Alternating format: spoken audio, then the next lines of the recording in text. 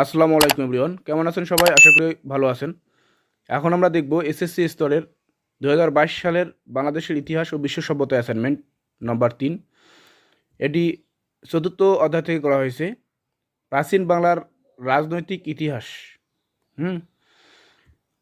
অ্যাসাইনমেন্টটির শিরোনাম হবে রাজনৈতিক চর্চায় প্রাচীন বাংলার উল্লেখযোগ্য রাজবংশ সম্পর্কে একটি প্রবন্ধ উপস্থাপন।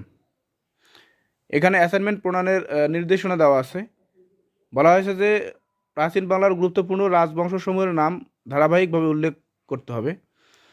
2 বলা আছে প্রাচীন বাংলার উল্লেখযোগ্য শাসকদের অবদান বর্ণনা। 3 বলছে দক্ষিণ পূর্ব বাংলার উল্লেখ, এবং 4 বলা আছে প্রাচীন বাংলার শাসন ব্যবস্থার সংক্ষিপ্ত বিবরণ। এটি ছিল আজকের অ্যাসাইনমেন্ট।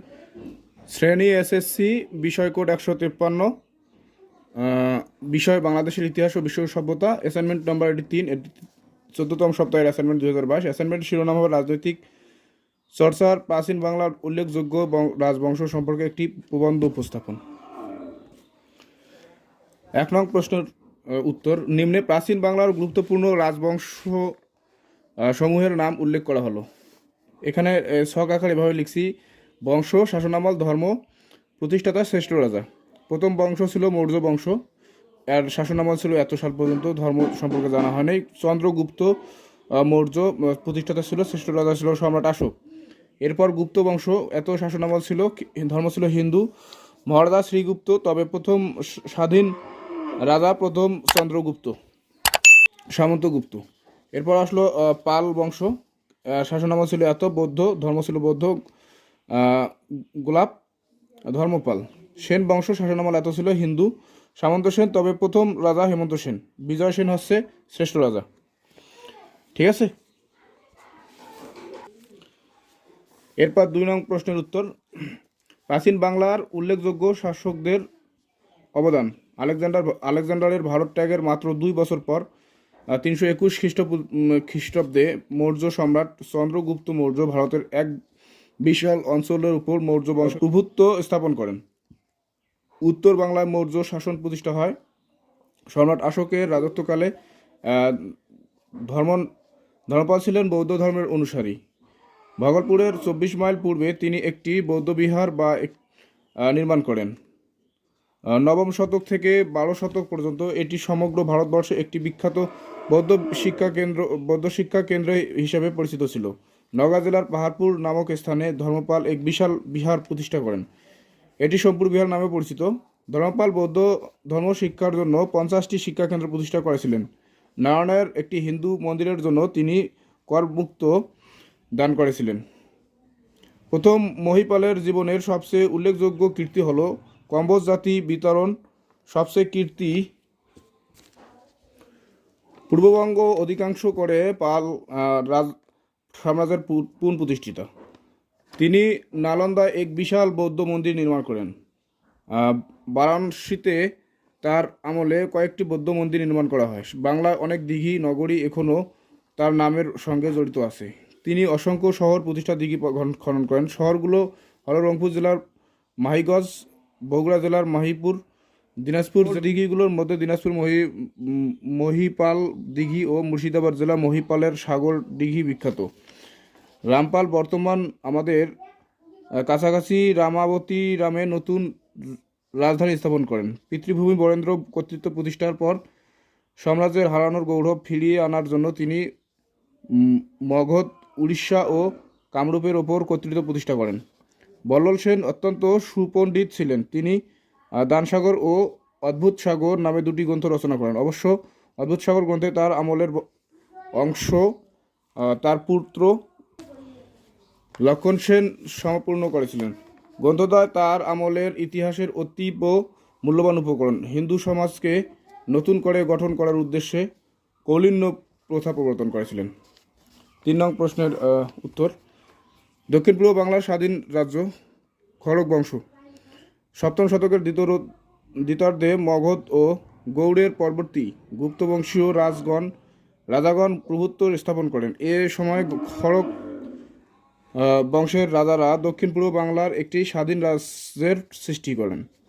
দেববংশ খড়গ বংশের শাসনের পর একই অঞ্চলে 8ম শতকের শুরুতে দেব বংশের উত্থান ঘটে। এ বংশের 4জন রাজার নাম শ্রী শান্তিদেব, শ্রী বরদেব, শ্রী আনন্দদেব ও শ্রী ভবদেব।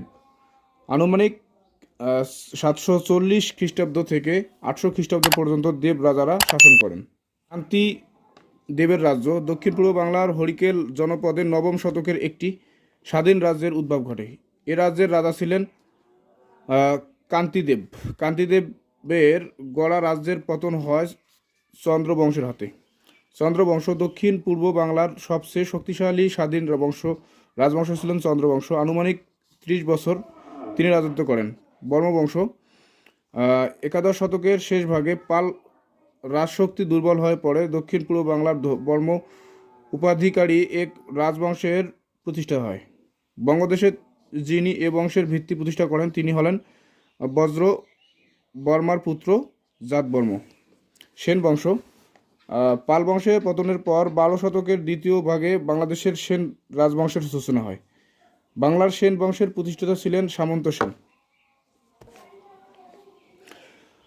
লক্ষণ সেনের মৃত্যুর পর তার 2 পুত্র বিশ্বরূপ সেন ও কেশব সেন কিছুকাল পূর্ব বাংলার শাসন করেন। তবু বলা চলে লক্ষণ সেনের পরাজয়ের মধ্য দিয়ে বাংলার সেন শাসকের অবসান ঘটে। এরপর 4 নং প্রশ্নের সমাধান। প্রাচীন বাংলার শাসন ব্যবস্থা প্রাচীন বাংলার শাসন প্রতিষ্ঠার পূর্বে কৌম সমাজই ছিল সর্বসেবা। তখন রাজা ছিল না, রাজত্ব ছিল না, তবু শাসনের প্রতি অসামান্য মাত্রায় ছিল। খ্রিস্টপূর্ব 4 শতকের পূর্বেই বাংলার কৌমতন্ত্র ভেঙে গিয়ে রাজতন্ত্রের পূর্ণ বিকাশ ঘটেছিল। গুপ্তদের সময় বাংলার শাসন পদ্ধতিতে পরিষ্কার বিবরণ পাওয়া যায়। আনুমানিক 2য়-3য় শতকে উত্তরবঙ্গ মৌর্য সাম্রাজ্যের অন্তর্ভুক্ত হয়েছিল। মনে হয় মহামাত্র নামক একজন রাজা প্রতিনিধির মাধ্যমে তখন বাংলার মৌর্য শাসন কার্য পরিচালিত হতো। গ্রামই ছিল সবচেয়ে ছোট শাসন বিভাগ। গুপ্ত সম্রাট নিজে ভক্তির শাসন বার্তা নিযুক্ত করেন। পরবর্তী সময়ে শাসকগণ উপরিক মহারাজ উপাধি গ্রহণ করেন। সাধারণত উপরিক মহারাজ তার বিষয়গুলোর শাসনকর্তা নিযুক্ত করতেন। 6 শতকের উত্তর পশ্চিম বাংলার গুপ্ত বংশের শাসন শেষ হয়ে যায়। বঙ্গ স্বাধীন ও আলাদা হিসেবে প্রতিষ্ঠা লাভ করে। তখন বঙ্গে যে নতুন রাষ্ট্র ব্যবস্থা সৃষ্টি হয়েছিল তা মূলত গুপ্ত আমলের প্রাদেশিক শাসনের মতোই ছিল। গুপ্তদের সময়ে রাজতন্ত্র ছিল না, সামন্ত নির্ভর। 8 শতকের মাঝামাঝি সময়ে পাল বংশের প্রতিষ্ঠাতার সঙ্গে সঙ্গে বঙ্গের নতুন যুগের শুরু হয়। পাল বংশের 4 শতাব্দী রাজত্বকালে বঙ্গে তাদের শাসন ব্যবস্থা সুপ্রতিষ্ঠিত হয়েছিল। পূর্বের মতো পাল যুগেও শাসন ব্যবস্থার মূল কথা হলো রাজত্ব। কেন্দ্রীয় সরকারের শাসন বিভাগের সর্বোচ্চ ছিলেন রাজা স্বয়ং। রাজ্যের সকল প্রকার শাসন কার্যের জন্য কতগুলো নির্দিষ্ট শাসন বিভাগ ছিল। এর প্রতিটি বিভাগের জন্য একজন অধ্যক্ষ নিযুক্ত থাকতেন। রাজত্ব আয় ব্যয়ের হিসাব ও দলিল বিভাগের দেখাশোনা করার ব্যবস্থা ছিল। ভূমি রাজত্বের পরিমাণ ঠিক করার জন্য জমি জরিপের উপর বিশেষ গুরুত্ব দেওয়া হতো। মুদ্রা এবং শস্যের আকারে রাজত্ব আদায় হতো। পাল রাজ্যে যে শাসন পদ্ধতি প্রচলিত হয়েছিল তা পরবর্তী সময়ে ক্ষুদ্র ক্ষুদ্র রাজবংশ ও সেন রাজত্বকালে রাষ্ট্র শাসনের আদর্শ হিসেবে স্বীকৃতি লাভ করে। অবশ্য কোনো বিষয়ে কিছু কিছু পরিবর্তন ঘটেছিল। সেন বংশীয় রাজারা পাল রাজাদের রাজ উপাধি ছাড়াও নানাবিধ উপাধি ধারণ হতে এ সময়ে রানীকে রাজকীয় মর্যাদা দেওয়া হয়েছে। শাসন কার্যে যুবরাজের যথেষ্ট প্রভাব ছিল।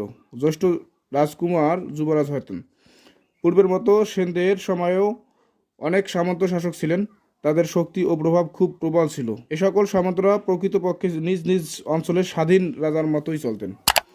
এটি ছিল আজকের অ্যাসাইনমেন্ট। তো আজকে পর্যন্ত ভিডিওটি ভালো লাগলে অবশ্যই আমাদের চ্যানেলটিকে সাবস্ক্রাইব করে পাশে থাকবেন। ধন্যবাদ সবাইকে।